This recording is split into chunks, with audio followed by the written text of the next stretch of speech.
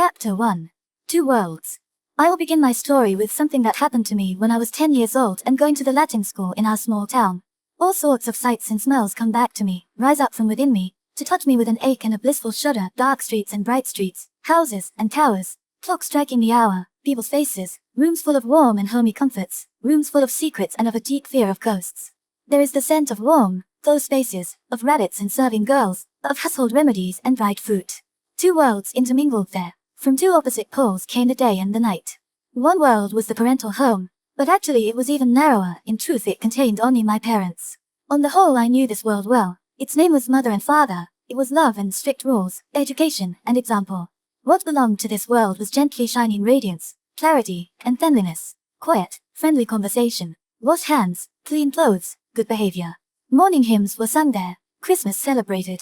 In that world of straight lines and paths leading into the future, there was duty and obligation, bad conscience and confessions, forgiveness and good resolutions, love and respect, wisdom and biblical proverbs. You had to keep to this world for your life to be clear and pure, beautiful and harmonious. Meanwhile, the other world was there already, right in the middle of our house and completely different. It smelled different, spoke differently, promised and demanded entirely different things. There were serving girls and traveling tradesmen in this second world, ghost stories and scandalous rumors, a richly colored flood of monstrous, tempting, frightening, mysterious things like the slaughterhouse and the prison, alcoholics and bickering women, cows giving birth and horses with broken legs, and stories of burglaries, murders, suicides. All these beautiful, horrible, wild, cruel things existed all around in the next street over, in the house next door. Policemen and beggars ran around, drunks beat their wives, gaggles of girls poured out of the factories after work, old women could cast a spell on you and make you sick. Bands of robbers were living in the forest, arsonists were being caught by the country police. This powerful second world whirled up everywhere. Its scent was everywhere, except in our rooms where mother and father were. And that was good. How wonderful that here, in our home, there was peace and calm and order, duty and conscience, mercy and love, and how wonderful that all the rest existed too. Everything loud and shrill, dark and violent, from which you could still escape to mother in a single bound. The strangest thing was how these two worlds touched each other, how close to each other they were. For example, our maid Lena, when she sat with her freshly washed hands resting on the apron she had smoothed down on her lap, pray by the door of our living room and tuning her bright voice to our song, belonged completely to mother and father, to we who lived in the world of light and truth. The next moment, in the kitchen or the barn, when she told me the story of the little man with no head, or fought with the neighbor women at the butcher shop, she was someone else and a part of the other world, and was shrouded in mystery. That's how it was with everyone, most of all myself. Of course I was part of the bright and true world. I was my parents' child, but wherever I turned my eye or ear, the other world was always there, and I lived in the other world too, even though it often felt like I didn't belong there, in the spooky realm of fear and bad conscience. At times I even liked the forbidden world best, and after my return to the light, as good and necessary as it might be, felt almost like a turn toward something less beautiful, less exciting, more desolate and dreary. Sometimes I knew that my goal in life was to turn into someone like my father and my mother, so bright and pure, so superior and harmonious. But it was a long, long way to that goal, and along that way you had to sit quietly in school and study and take tests and pass exams, and all the while the path ran right past the other, darker world, or through it, and it was by no means impossible to stay in it, drown in it. There were stories of the lost boys, prodigal sons, that this had happened to, and I read them avidly. The return to the father, to what was good, was always such a magnificent liberation in these stories. I was perfectly aware that this was the only right and good and desirable outcome. But still, the part of the story that took place among the lost and evil souls was always much more exciting, and, if it were only possible to admit it, it was sometimes actually rather a shame that the lost soul had to repent and be found again. But that was something you didn't say, and didn't even think.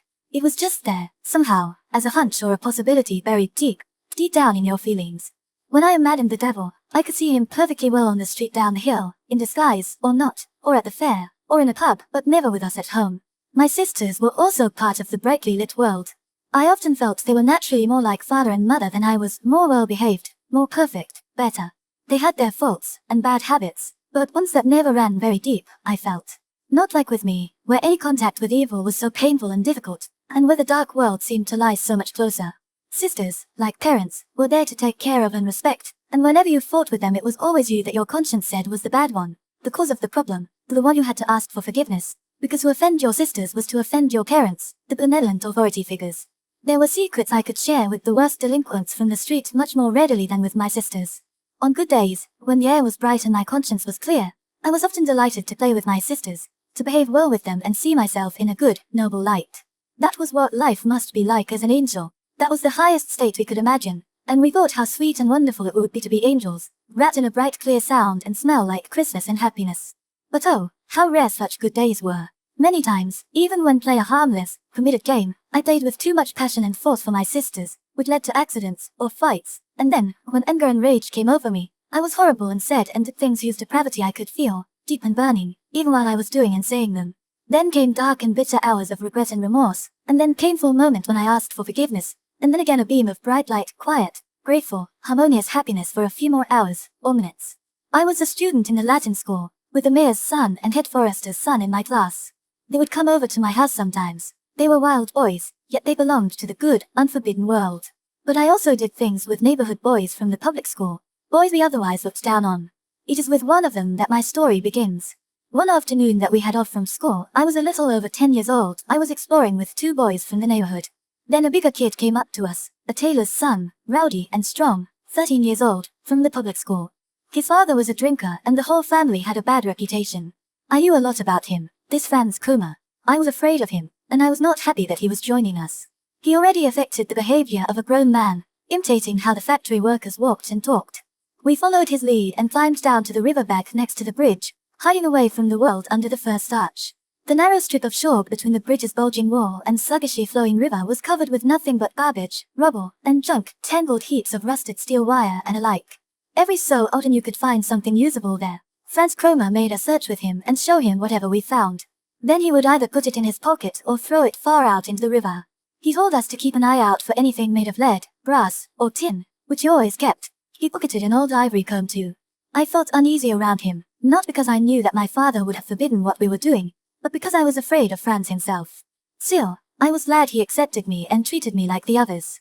He ordered and we obeyed, as though out of long-standing custom, even though this was the first time I was with him. Eventually, we sat down on the ground. Franz spat into the water, looking like a man. He spat between a gap in his teeth and could hit anything he wanted. A conversation started, and then the boys started bragging and complimenting themselves on all kinds of schoolboy heroics and pranks they had pulled off. I kept quiet, but I was afraid I would stand out for just that reason and draw Kromer's anger. My two companions had gone over to his side from the start and kept their distance from me. I was the outsider, and I felt that my clothes and my whole way of acting was a kind of challenge to them. As a student at the Latin school and the son of a well-to-do father, there was no way Franz could possibly like me, and I felt sure that the other two would abandon me without a second thought, if it ever came to that. Finally, out of sheer fear, I began to talk too. I made up a grand story about robbers, with myself as the hero. One night, I said, in an orchard by the corner mill, I had stolen a whole sack of apples with a friend, and no ordinary apples either, but the best kinds, reindeer and golden pearmains. I sought refuge from my dangerous situation in this story. Making up and telling stories came quickly and easily to me. Then, so I wouldn't have to stop so soon and possibly end up in an even worse predicament, I gave my talent full rein. One of us, I said, had to keep watch the whole time while the other was in the tree tossing down the apples, and in the end the sack had gotten so heavy that we had to leave half the apples behind. But half an hour later we came back for the rest. When I was done I expected them to show their approval. I had warmed up by the end and was intoxicated with my own imagination. The two younger boys said nothing, waiting to see how Franz Kromer reacted. Well, he just gave me a penetrating look with half-squinting eyes, then asked me in a threatening voice, "Is that true?" "Of course," I said. "Really and truly?" "Yes, really and truly," I insisted, while on the inside I was choking with fear. "Would you swear to it?" I was terrified, but I instantly said yes. "Say, by God and everything holy." I said, "By God and everything holy." "All right then," he said, and he turned away. I thought everything had turned out all right, and I was glad when, before long, he stood up and started back. When we were on the bridge I said timidly that I had to go home now. "There's no hurry," Fritz said with a laugh. "We're going the same way." He slowly strolled on, and I didn't dare to run off, but he really was walking the way to our house. When we got there, when I saw our front door and its thick brass handle, the sun in the windows and the curtains in my mother's room, I breathed a deep sigh. Back home. Oh, the good, the blessed return to our house, to the brightness and peace. I quickly opened the door and slipped inside and was about to shut the door behind me when Franz Kromer pushed his way in. In the cool, dim, tiled hallway, with no light except what came in from the courtyard, he stood in front of me, grabbed my arm, and said softly, "Not so fast, you." I looked at him, frightened. His grip on my arm was like iron. I tried to imagine what he might have in mind, whether he wanted to hurt me. If I screamed now, I thought, a loud, strong scream, would someone from up there get down here quickly enough to save me? But I didn't do it. "What?" I asked. "What do you want?" Nothing much. I just need to ask you something. The others don't need to hear it. Well, what do you want me to tell you? I have to go upstairs, you know. You do know who the fruit orchard next to the mill belongs to, don't you? Franz said quietly. No, I don't know. The miller, I think. Franz had put his arm around me, and he pulled me right up to his face so that I had to look into it from close up. His eyes were evil, he smiled a nasty smile, and his face was full of cruelty and power. Well, my boy, I can tell you whose orchard it is. I've known for a long time that someone had stolen his apples, and I also know that he said he would give 2 marks to anyone who told him who'd taken them. My God.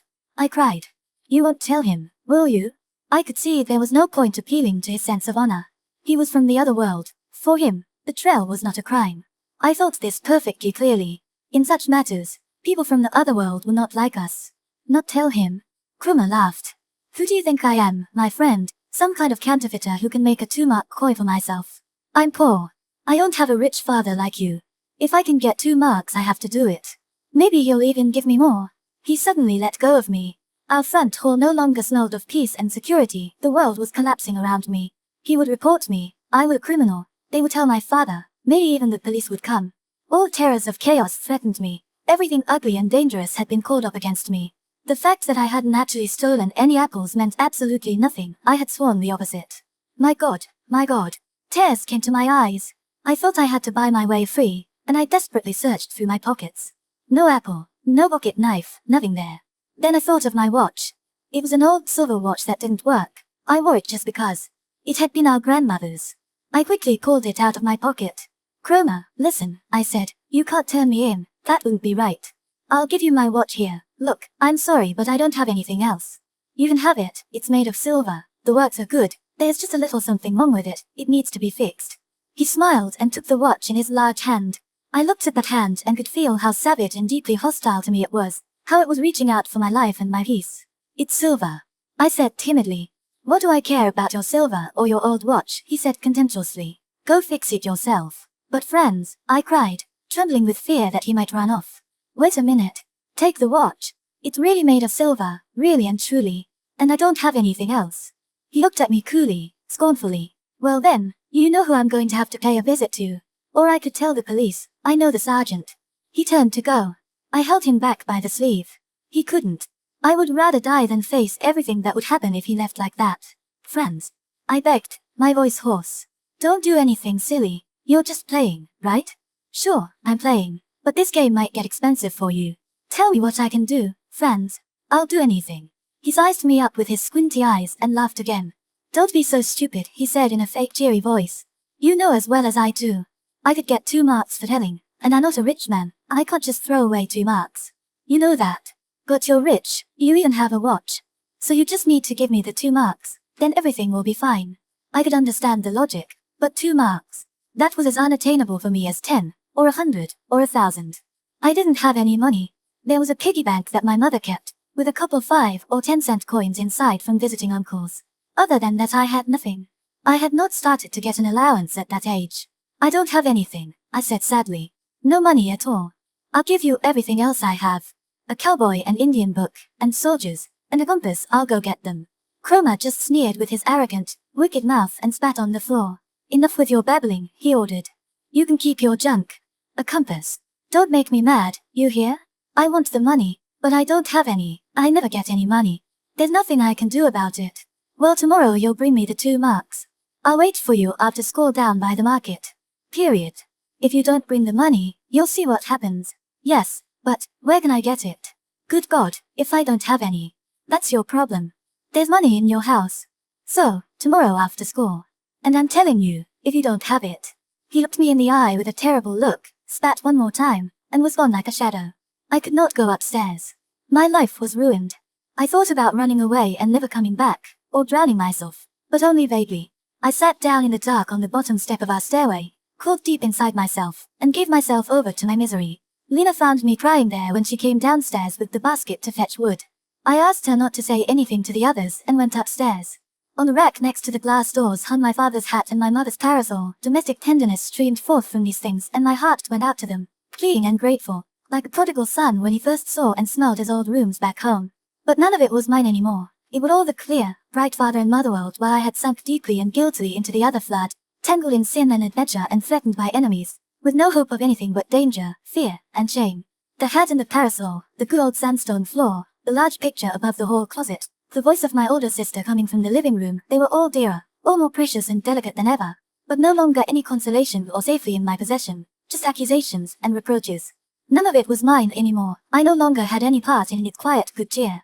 I had dirt on my feet that I couldn't scrape off on the mat. I carried with me a shadow that the world of home knew nothing about.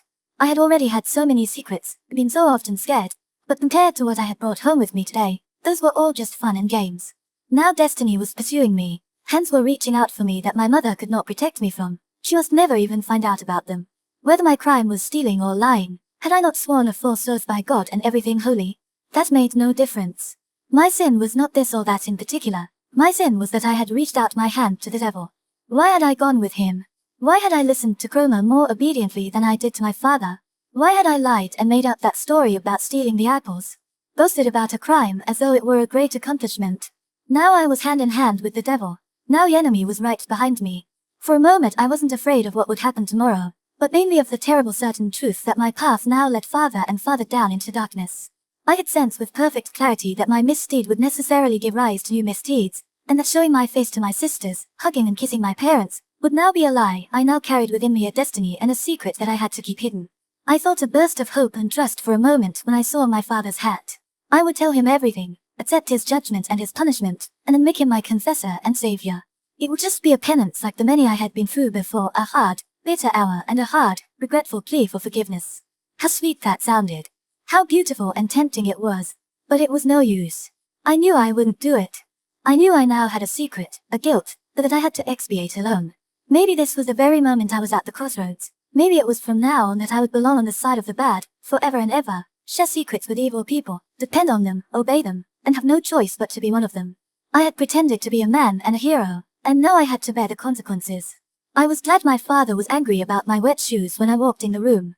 It was a distraction. He didn't notice anything worse, and it was easy enough to accept a criticism that I secretly transferred onto other offenses. With this, the flicker of a strange new feeling rose up within me, wicked, barbed, and stinging. I felt superior to my father. I felt, for a moment, a kind of contempt for his ignorance of the truth, and his scolding me about my wet shoes seemed petty. If you only knew, I thought, and I felt like a criminal being questioned about a stolen bread roll when actually he had committed a murder. It was an ugly, repellent feeling, but it was strong, and there was something deeply exciting about it. And it created a tighter bond between myself and my guilty secret than anything else had. Maybe Chroma has already gone to the police and reported me. I thought, maybe the storm clouds are already gathering over my head while here they're treating me like a little child. That moment was the most important one of the whole experience thus far, with the most lasting effects. The sacred inviolability of my father was torn for the first time. It was the first crack in the pillars on which my young life rested and which everyone has to pull down before he can become himself. The essential inner line of our destiny consists of these invisible experiences. Such cracks and tears heal, they grow back together and are forgotten. But down in our most secret recesses, they continue to live and bleed. I was immediately terrified of this new feeling. I wanted to throw myself at my father's feet at once and kiss them, beg his pardon. But there is no way to apologize for anything truly fundamental. A child feels this and knows it as deeply and inwardly as any wise man. I felt a need to think about my situation and come up with a course of action for the next day. But I couldn't do it. All I did that whole evening was slowly get used to the changed atmosphere of our living room. The clock on the wall, the table, the Bible and the mirror, the bookshelf and the pictures on the wall, they all bade me farewell. I had to look on, my heart growing cold within me, as my world, my beloved, happy life, detached itself from me and turned into the past. I could not help but feel myself putting down roots that from now on would hold me fast in the foreign land of darkness outside. For the first time I tasted death, and death tastes bitter because it is birth, anxiety and terror in the face of frightening renewal. How happy I was to finally lie down in my bed again. Beforehand, as one last purgatory, came evening prayers, and the hymn we sang that night was one of my favorites. But no, I did not sing along. Every note was gall and wormwood for me. When my father spoke the blessing I did not pray with the others, and when he ended with "Be with us all," a kind of convulsion ripped me out of the family circle. The grace of God was with them all, but no longer with me. I left the room feeling cold and deeply exhausted. In bed, after I had lain there a while tenderly wrapped in warmth and comfort, my heart once again strayed back to my fear, fluttering anxiously around what had happened. My mother had said goodnight to me as always. Her footsteps still echoed in the room, and glow from her candle still shone in the crack beneath the door. Now, I thought, she'll come back now, she has felt something. She'll give me a kiss and ask me about it, full of love and forgiveness, and I'll be able to cry, the lump in my throat will melt away, and I'll hug her and tell her and everything will be good again, then I'll be safe. Chapter 2. Cain. Salvation from my torments came from an entirely unexpected direction, and along with salvation something new came into my life whose effects have continued to this day. A new student had recently appeared in our Latin school. He was the son of a well-to-do widow who had moved to our city. He wore a black ribbon of mourning on his sleeve. He entered a higher grade than mine and was several years older than me, but before long I noticed him, just as everyone else did. This remarkable student seemed to be much older than he looked. He didn't come across as a schoolboy to anyone. He moved like a man among us children, a man from a different world, actually, like a lord. He was not liked. He never took part in our games, much less any roughhousing. The only thing anyone liked about him was the firm and confident tone he took with the teacher. His name was Demian. One day, as sometimes happened in our school for whatever reason, a different grade had classes in our own grade's large schoolroom. It was Damian's class.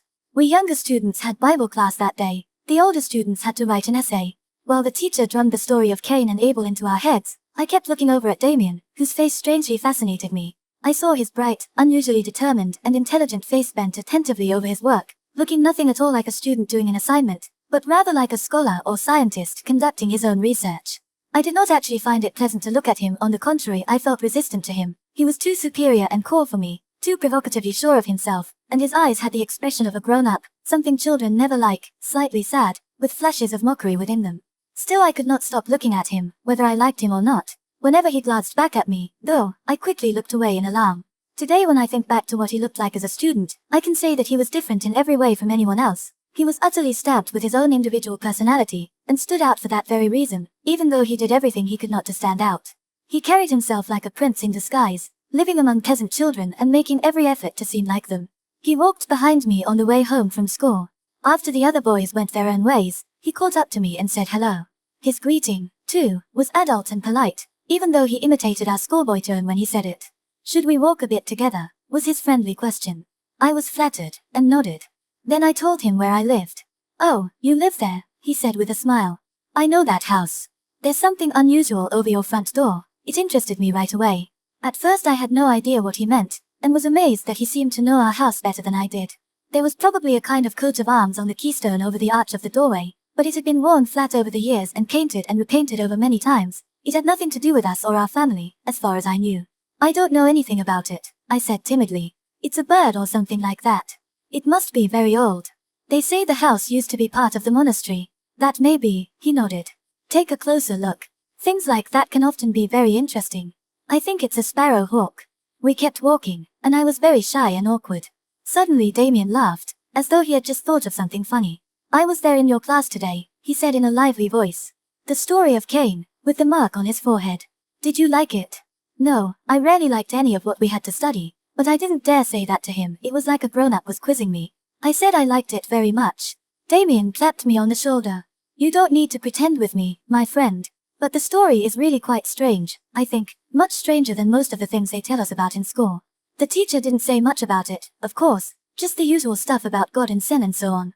But I think he interrupted himself, smiled, and said, "But are you interested?" He went on, "Yes, well, I think this story of Cain can be interpreted in a totally different way. Most of the things they teach us are no doubt perfectly true and right, but you can see them differently from how the teachers do, and they usually make much more sense when you do that. This Cain with the mark on his forehead, for example, they haven't really explained him to us in a satisfactory way, don't you agree? Someone kills his brother in an argument, that could happen, and then he gets scared and acts innocent, that's plausible too. But for him to be rewarded for his cowardice with a special distinction that protects him and frightens everyone else, that really is very strange." "You're right," I said. The topic was starting to get interesting now. "But how else would you interpret the story?" He slapped me on the shoulder. "It's simple. The mark came first. That's where the story started. There once was a man with something in his face that frightened people. They were afraid to lay a hand on him, or his children. They were awed. But maybe, in fact, I'm sure of it, there wasn't literally a sign on his forehead like a postmark. Things in life are rarely that obvious. No, it must have been something uncanny, almost imperceptible. A little more spirit, a little more daring in his look than people were used to. This man had power, and others were afraid of that power. He was marked. They could explain it however they wanted, and they always want what's easy and comforting and puts them in the right. They were scared of Cain's children, so the children had marks too. In other words, They explained the mark not as what it really was, a special distinction, but as the opposite. They said that the people with this mark were sinners. Chapter 3. The Thief on the Cross. There are beautiful, wonderful, tender memories from childhood I could put in this story, my security with father and mother, my childhood loves, and my playful, pleasant life in gentle, loving surroundings filled with light. But I am interested here only in the steps I have taken in my life to arrive at myself.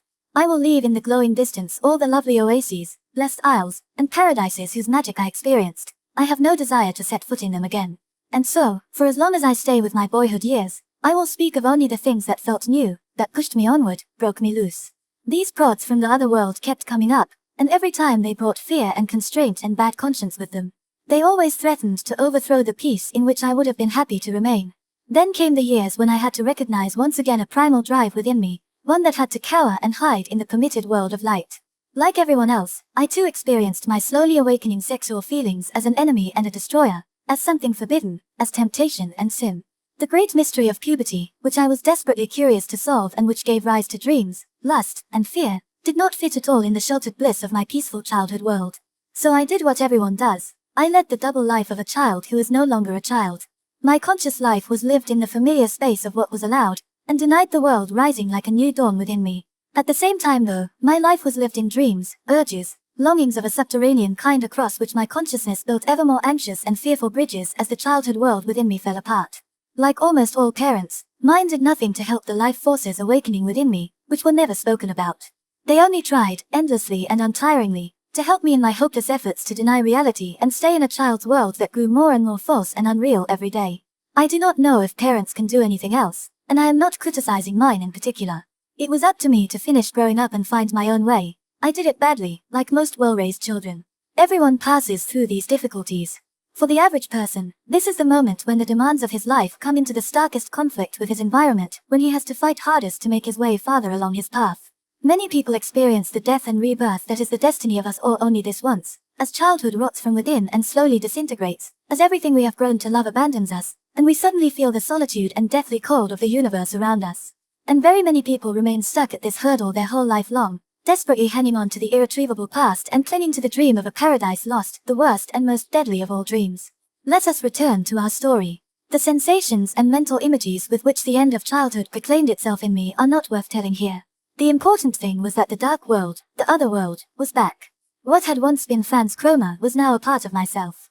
At the same time, the other world outside me was gaining more and more power over me too. Several years had passed since the incident with Chroma. I felt that that dramatic and guilty period of my life was very far behind me. It seemed like a nightmare that had not lasted long and had vanished without a trace. Franz Chroma had long since ceased to mean anything in my life, to the point that I barely noticed when I did run into him. The other main character in the tragedy, though, Max Demian, never again left my life completely. For a long time he stayed on the margins, in view but not having any effect on me. Only gradually did he come closer again, radiating power and influence. I am trying to recall what I can about the Demian of that time. I may well have said not a word to him for a year or more.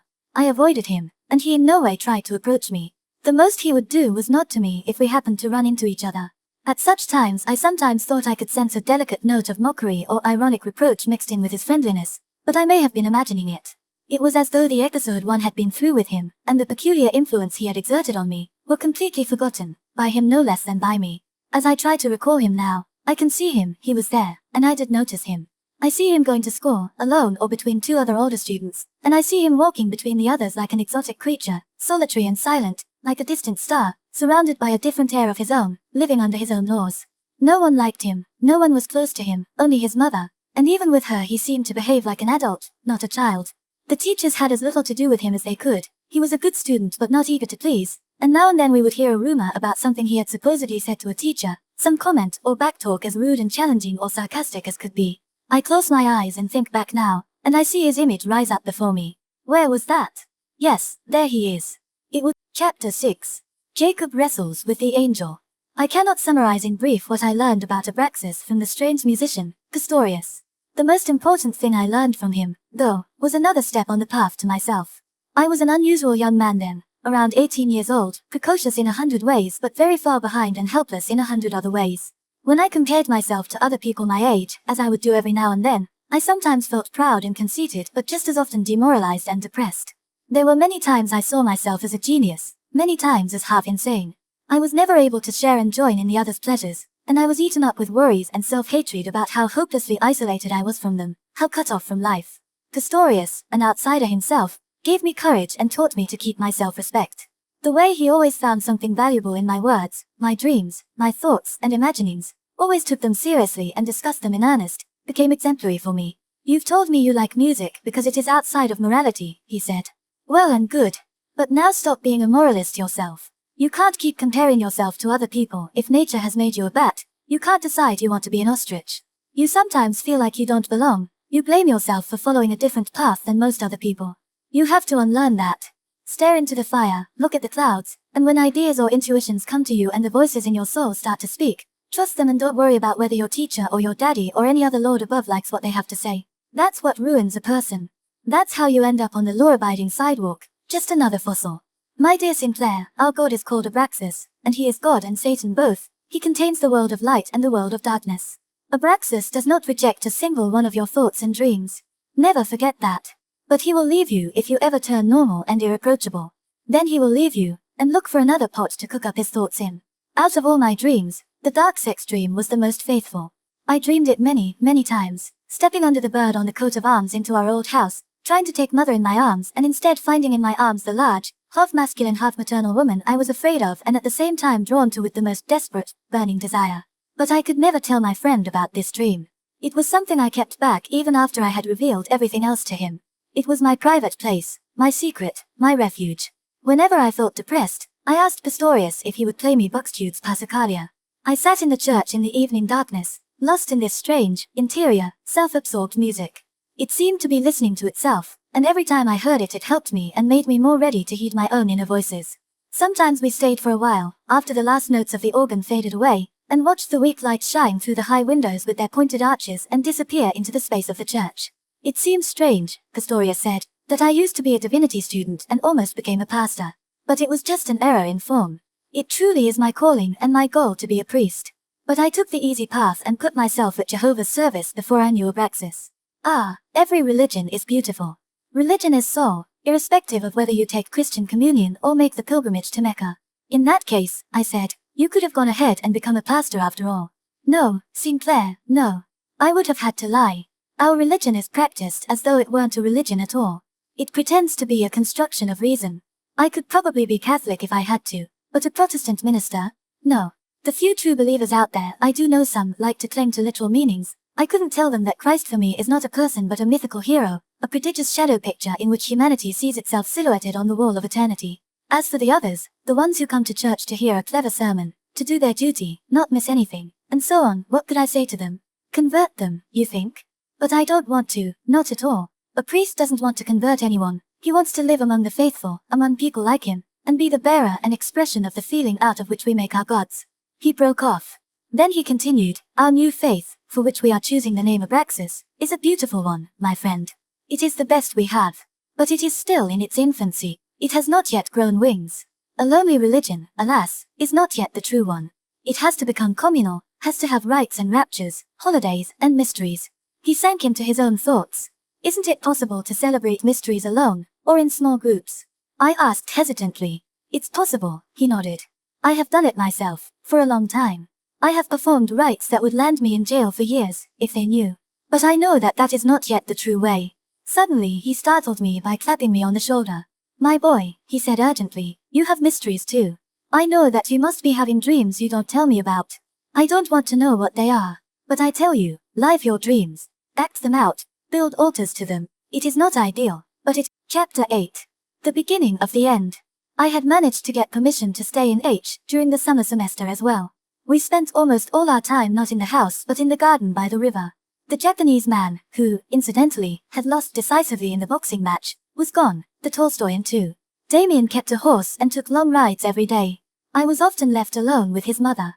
I marveled sometimes at how peaceful my life was. I had spent so long in the habit of solitude, self-denial, and self-flagellation that those months in H were like an enchanted dream island where I could live in comfort, and surrounded by nothing but beautiful, pleasant things and feelings. I could tell that this was a foretaste of the new, higher community we were imagining. Occasionally I would be seized with mourning for this happiness, since I knew full well it could not last. I was unable to breathe in an atmosphere of comfort and fullness. I needed torment and frenzy. I could feel that one day I would wake up out of this beautiful picture of love and happiness and stand alone once more, completely alone, in the cold world of other people, where my only choices were solitude or struggle, no peace, no shared life. At these moments I would nestle up close to Eve with redoubled affection, glad that my destiny still wore this lovely, quiet face. The summer weeks passed quickly and easily. The fall semester was already near. I was about to leave. I couldn't think about it, and I didn't think about it. Instead I clung to these beautiful days like a butterfly to the honey clover. This had been my time of happiness, the first time in my life I had found fulfillment and been welcomed into a group of like-minded individuals. What would come next? I would carry on struggling, longing, dreaming, being alone. I felt this premonition so strongly one day that my love for Eve suddenly flared up with painful intensity. My God, such a short time and then I would no longer see her, hear her firm, good footsteps walking through the house, find flowers from her on my table. And what had I accomplished? I had dreamed and wallowed in contentment instead of winning her, instead of fighting for her and making her mine forever. Everything she had ever told me about true love came rushing back to my mind, 100 delicate warnings, 100 gentle encouragements, maybe even promises, and what had I done with them? Nothing. Nothing.